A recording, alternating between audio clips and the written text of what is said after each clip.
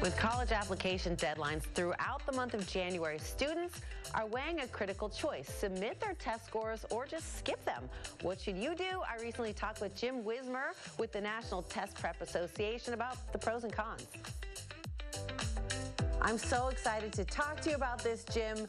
I have so many questions. My first is, in instances where submitting your test results is optional, who benefits from submitting and who should withhold? Sure. So for any college in the country, you can look up their average test scores. Colleges publish this information, typically as a middle 50% range. And if you're above the bottom of that range, it's very clear that you should submit your test score and it's going to be an asset. If you're a little bit below that range, it typically still makes sense to submit your score. And then I would say if it's far below that college's, range of average students, that's the situation where you might consider withholding it. That makes sense. Let's talk about PSATs.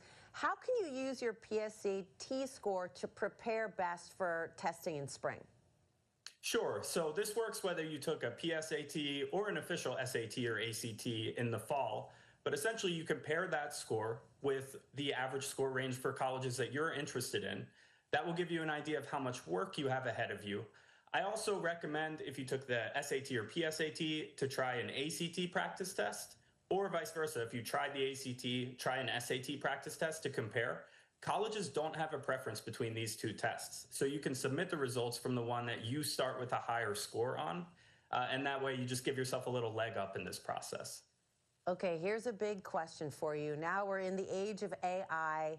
I don't think there are any high school students that are not using ChatGPT. So is testing the best AI-proof way to judge if a student is ready for college?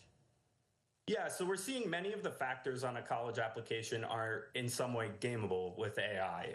Teachers across the country will tell you about the AI-related academic dishonesty they're seeing in the classroom.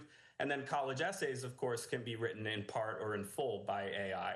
Standardized testing, these tests that students take in a proctored environment, supervised and timed, this is one of the ways that colleges can get true information about a student's ability without the influence of AI at all. And the data supports that. Colleges show that the most predictive factor in how well a student will do freshman year in college, it's not their high school GPA, it's actually their SAT or ACT score. So do you think that is because of AI? It's because of grade inflation broadly. So grade inflation has been trending upwards in the United States since this data started being tracked in the mid-60s, where now 84% of college freshmen in America had at least an A- average in high school. So grades have become less predictive over time due to grade inflation. I think AI now is a small part of grade inflation, but this trend existed well before it. Well, let's talk about the affordability of test prep. It's not something that everyone can afford, but the big, beautiful bill has actually impacted who can afford test prep. Tell me about that.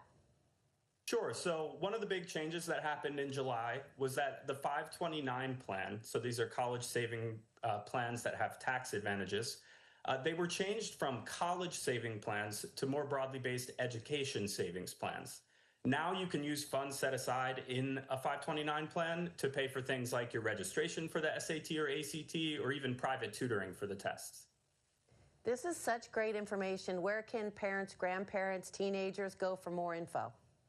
Sure. So if you go to nationaltestprep.org, you'll be able to see our member directory there. You can type in your location and look for members local to your area. We also have a blog with various information about the tests. So I would start there for sure. They still use the number 2 Ticonderoga, or now it's all computer? Do I need my pencil? So the SAT you take on a computer these days, you can still use a pencil and scratch paper though. The ACT, students have the option to take it on computer or digitally. I actually recommend students take the ACT on paper. Our experience shows that students are slower on the computer-based version of the ACT.